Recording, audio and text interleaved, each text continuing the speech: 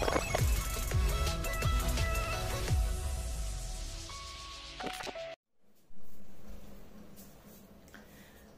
विद्यार्थी मित्रांनो, मी दीपाली कुलकर्णी देशमुख माझ्या विंग्स ऑफ फिजिक्स या चॅनलमध्ये आपलं सगळ्यांचं मनपूर्वक स्वागत करते। तर बघा, आपण फिजिक्स या विषयासाठी विजेता 2025 ही सिरीज सुरू केलेली आहे आणि त्याच्यामध्ये आपण कमी वेळात चॅप्टरचा अभ्यास कसा करायचा, त्याच्यावर प्रश्न कसे विचारले गेलेत सीईटीला किंवा नीटला किंवा सीईटीला आणि नीटला कसे रिपीट झालेत, असं सगळं आपण बघतो आहोत।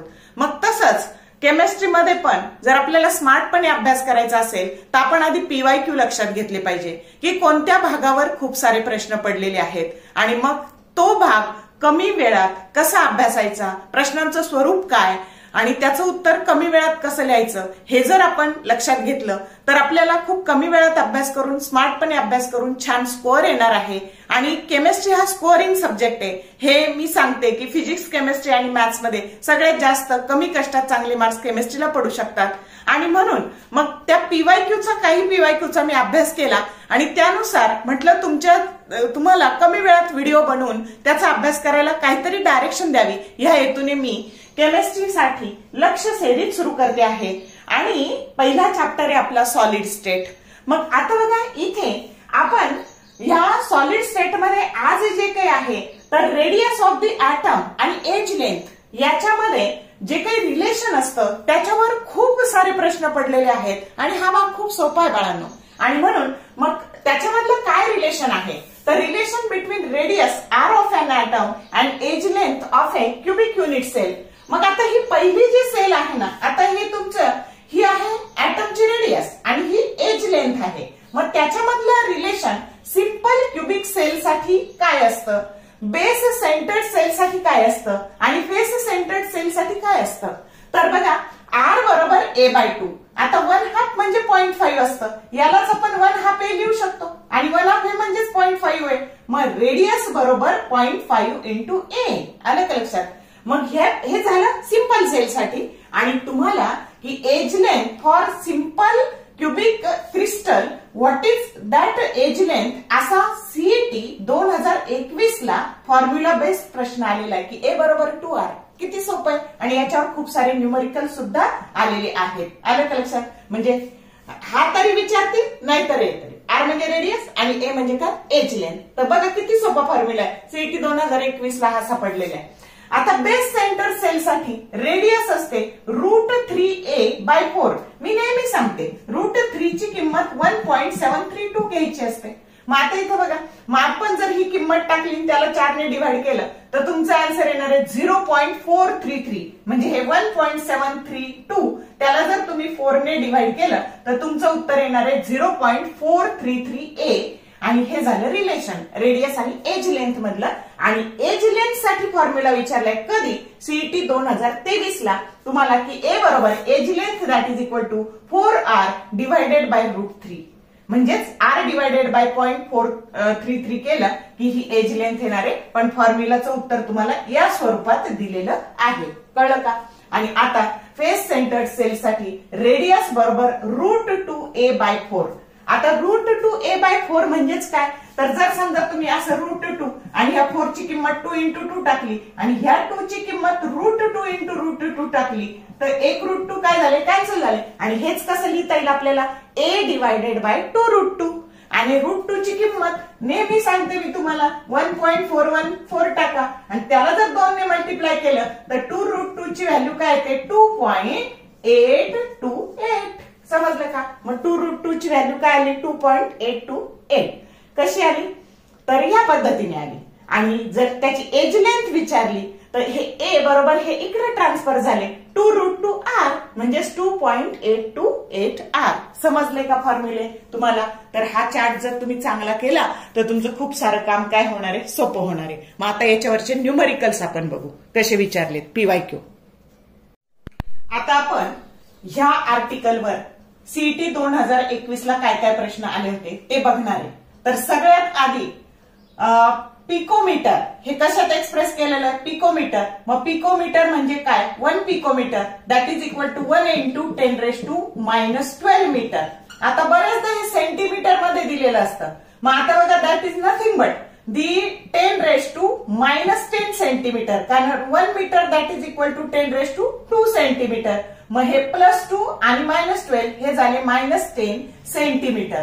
आता समजा तुम्हाला एखादी हे दिली, एज लेंथ दिली 336 पिकोमीटर, तर सेंटीमीटर मध्ये कशी करायची, तर 336 इंटू 10⁻⁻10 सेंटीमीटर, आणि ती बऱ्याचदा -8 मध्ये एक्सप्रेस केलेली असते, म्हणजे -3.36 इंटू 10⁻⁻8 सेंटीमीटर. समजलं का? या पद्धतीने तुम्हाला कधी कधी ती आर्मस्ट्रॉंग युनिट मध्ये पण दिलेली असते, तर जेव्हा ती सेंटीमीटर मध्ये असेल तशी 8 पॉवर येते, -8 पॉवर येते. तर ठीक आहे, आपण वेळ न घालवता सुरुवात करू. हे सगळं बेसिक तुम्हाला न्यूमेरिकल सोडवताना लागणार आहे. तर बघूयात सीईटी 2021 ला काय प्रश्न विचारलाय. आता प्रश्न असा आहे बघा, what is the atomic radius of A polonium if it crystallizes in a simple cubic structure with age length of unit cell 336 picometer. मग आता एज लेंथ दिलेली आहे आणि त्याची काय काढायची, रेडियस काढायची. मग आता बघा, तर तुमचा फॉर्म्युला असतो R that is equal to A/2.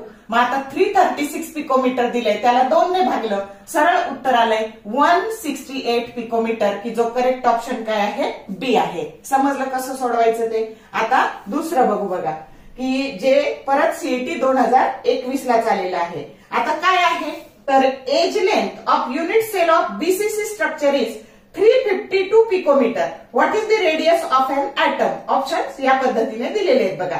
मग आता तुम्हाला काय दिलंय, तर एज लेंथ 352 पिकोमीटर दिलंय, रेडियस विचारली. मग आता रेडियसचा फॉर्म्युला काय असतो, √3/4 इंटू ए. मग तुम्ही डायरेक्ट त्याला 0.433 ने मल्टिप्लाय करू शकता, नाहीतर असं सोडू शकता. मग √3 ची व्हॅल्यू घेतली 1.732 इंटू, आता याला जर 4 ने डिवाइड केलं तर हे 88 येणार आहे, आणि that is nothing but 152.4 picometre, की जो करेक्ट ऑप्शन काय आहे, सी आहे. आणि मी मगाशीच सांगितलं तुम्हाला की हा डायरेक्ट फॉर्म्युला बेस्ड क्वेश्चन आलेला आहे. प्रश्न असा आहे बघा, सीईटी 2021 ला आलेला, for simple cubic crystal edge length is expressed as. Option A आहे small A that is equal to 2r, B आहे A that is equal to r/2, C आहे A that is equal to √2r, आणि D आहे A that is equal to r/√2. तर कोणता option आहे, तर correct option A आहे. आपल्याला माहितीये एज लेंथ बरोबर 2 टाइम्स रेडियस. तर या पद्धतीने असे त्याच्यावरचे प्रश्न सीईटी 2021 ला आलेले आहेत. आता सीईटी 2021 ला चाललेला प्रश्न बघा काय, तर what is the edge length of a simple cubic unit cell if radius of atom is 174 picometre. Option A 348 picometre, B 174 picometre, C 492 picometre, and D 402 picometre. तर आता बघा, आपल्याला काय काढायचंय, एज लेंथ काढायची आणि रेडियस दिलेली आहे, उलट करायचं. मग edge length that is equal to 2 into radius, आणि फक्त याची दुप्पट केली की edge length that is equal to 348 picometre. किती सोपं आहे बघा. आणि म्हणून लक्षात ठेवा, रेडियस विचारली तर A/2 आणि एज लेंथ विचारली तर 2r. एवढ्या सोप्या पद्धतीने सोडवता येतं. तर हे सगळं सीईटी 2021 ला आलंय. आता आपण सीईटी 2022 ला आलेले प्रश्न बघू बघा. प्रश्न असा आहे, calculate the radius of a metal atom when it forms a BCC structure, BCC crystal structure which unit cell edge length 145 picometre, आणि √3 दिलेले बघा 1.732. Option A 51.26 picometre, option B आहे 72.5 पिकोमीटर, सी आहे 31.39 पिकोमीटर, आणि डी आहे 62.79 picometre.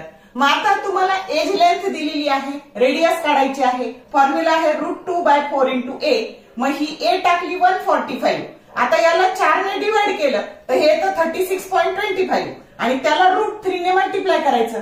आता साधारणतः 1.72 अंदाज लावायचा बघा, गुणाकार करत बसायचं नाही की याची 2 पट काय होणार आहे, तर साधारण 2 पट हे की याच्या इथं 6 येणार आहे, 6च्या आसपास, आणि म्हणून करेक्ट ऑप्शन डी. गुणाकार भागाकार फारसे करत बसायचे नाही, लॉजिक लावायचं आणि उत्तर काढायचं. तर हा सीईटी 2022 ला आलेला आहे. आणि अजून दुसरा काय आलाय बघा सीईटी 2022 लाच, तर असा आलाय बघा. Calculate the edge length of unit cell of metal which forms a simple cubic lattice structure. Radius of metal atom is 2 × 10⁻⁸ centimetre. मग आता तुम्हाला हे एकदम सोपं आहे. काय करायचं तर त्याच्या दुप्पट करायचं आणि म्हणून 2 × 10⁸ दिले आर, तर डायरेक्ट सेंटीमीटर मध्येच दिली म्हणजे येणारं उत्तर पण सेंटीमीटर मध्ये येईल. मग एज लेंथ काय आली 4 × 10⁻⁸ सेंटीमीटर. जो करेक्ट ऑप्शन काय आहे डी आहे. समजलं का? या पद्धतीने सीईटी 2022 ला आले होते प्रश्न. सीईटी 2023 ला आलेले न्यूमरिकल्स बघणार आहोत. तर न्यूमरिकल असं आहे बघा. Calculate the age length of simple cubic unit cell if radius of an atom is 167.3 picometre. आता आपल्याला एज लेंथ काढायची आहे. रेडियस एवढी दिलेली आहे. तर आपला फॉर्म्युला असतो एज लेंथचा ए बरोबर 2r. म्हणजे याची फक्त काय करायची तर दुप्पट करायची आणि म्हणून करेक्ट ऑप्शन काय आलेलं आहे तुमचं बी आलेलं आहे. म्हणजे तुम्हाला एकदा फॉर्म्युला कळला आणि सोडवायचं कळलं की एकदम पटपट सोडून होणार आहे बघा. खूप सोपा टाईप आहे त्यामुळे चांगला करा. 2023 ला डिरेक्टली फॉर्म्युला पण आला होता. Which formula is based to calculate the edge length in BCC structure. तर option A small A that is equal to √3r/4. Option B A that is equal to 4 divided by √3 × r. Option C A that is equal to √3 divided by 4r. आणि option D A that is equal to 4r divided by √3. मग correct option कोणता आहे तो formula based आहे. D option हा correct option आहे. समजलं का? म्हणून फॉर्म्युले पण चांगले करा. हे बघा सीईटी 2023 ला आलेला प्रश्न आहे. Find the radius of an atom in face centre unit cell having edge length 405 picometre. Option A 202.5 picometre. Option B 175.3 picometre. Option C 143.2 picometre and option D 181.0 picometre. मग आता बघा जास्त करून आहे ना फेस सेंटर सेलचे कमी आलेले आहे. बेस सेंटर सेलचे खूप जास्त आलेले. मग आता फॉर्म्युला काय तर r that is equal to a divided by 2√2. 2√2 ची व्हॅल्यू काय टाकायची 2.828. 405 डिवायडेड बाय आता साधारण लॉजिक लावायचं की 405 ला नियर अबाउट 3 ने भागल्यावर काय येणार आहे. तर असं टेंटेटिव्ह करायचं कॅल्क्युलेशन करत बसायचं नाही. तर रेडियस आली 143.2 पिकोमीटर. जो करेक्ट ऑप्शन काय आहे सी आहे. तर या पद्धतीने सोडवायचं. एकदम सोपा टाईप आहे बघा.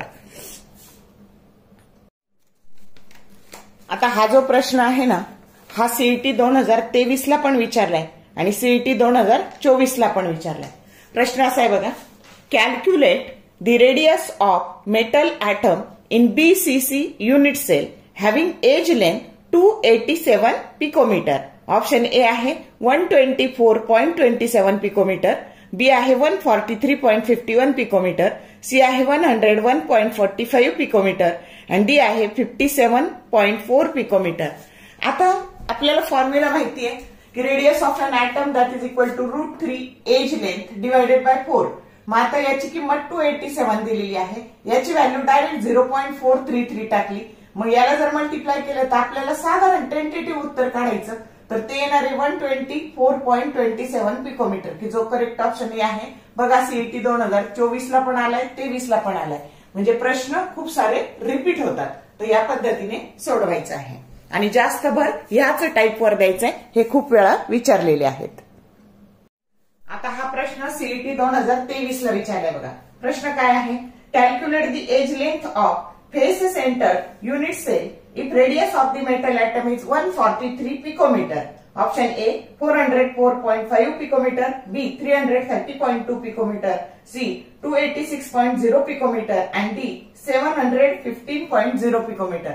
मग आता बघा फेस सेंटर सेलचा एज लेंथचा फॉर्म्युला असतो A that is equal to 2√2 × r.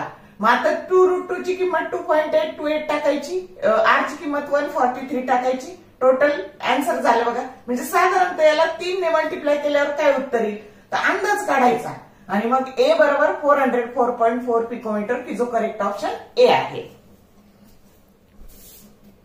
आता हा जो प्रश्न आहे ना, हा सीईटी 2023 आणि 24 ला विचारलेला आहे, म्हणजे परत रिपीट होतात प्रश्न. प्रश्न असा आहे बघा, calculate the edge length of face centered cubic unit cell if the radius of a metal atom is 144 picometer आणि ऑप्शन सेंटीमीटर मध्ये दिले.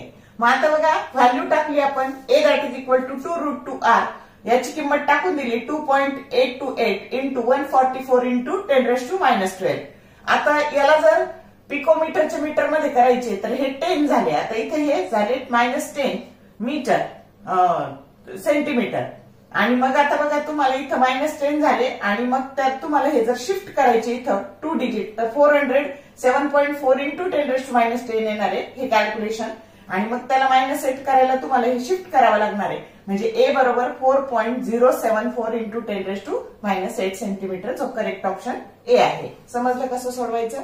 तर या पद्धतीने सोडवायचं आहे. आता कधी कधी तुम्हाला एज लेंथ ही एंगस्ट्रॉम युनिट मध्ये पण देतात आणि हा 2023 ला सीईटीला विचारलाय बघा. तर प्रॉब्लेम असा आहे, an element of a base center crystal structure has age length of unit cell 2.93 angstrom unit. What is the radius of the atom? तर काय करायचं, फॉर्म्युला टाकायचा आणि डायरेक्ट एंगस्ट्रॉम युनिट आहे तर तुम्हाला माहिती आहे √3/4 ची व्हॅल्यू 0.433 येते. डायरेक्ट त्या व्हॅल्यूला गुणून टाकायचं. ऑप्शन एंगस्ट्रॉम युनिट मध्येच दिलेले, म्हणजे तुमचं उत्तर येणार आहे 1.268 एंगस्ट्रॉम युनिट, जो करेक्ट ऑप्शन बी आहे.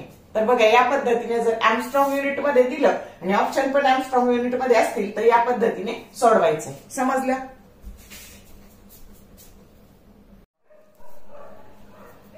तर बघा या भागामध्ये आपण खूप सारे एमसीक्यू कव्हर करण्याचा प्रयत्न केलेला आहे, म्हणजे साधारणतः प्रत्येक टाईपचा एक एक प्रश्न त्याच्यावर येईल, प्रत्येक फॉर्म्युलाचा, असा आपण विचार केलेला आहे की मला खात्री आहे की याचा तुम्हाला खूप उपयोग होईल. अगदी 15-20 मिनिटात ह्या टाईपचे न्यूमेरिकल्स कसे सोडवायचे याची कल्पना तुम्हाला येऊन जाईल आणि पीवायक्यू हे रिपीट होतात हे पण तुम्ही पाहिलं.